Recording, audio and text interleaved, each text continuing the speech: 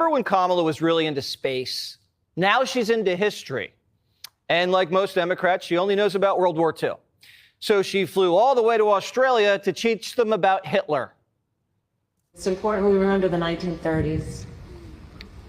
It's important that we remember that history has taught us that isolation does not equal insulation. It is important that we understand and remember history, which taught us the interdependence and interconnection between nations, the importance of friendships, integrity, honesty. There's so much about foreign affairs that is just like the importance of having good friendships. What's Kamala doing?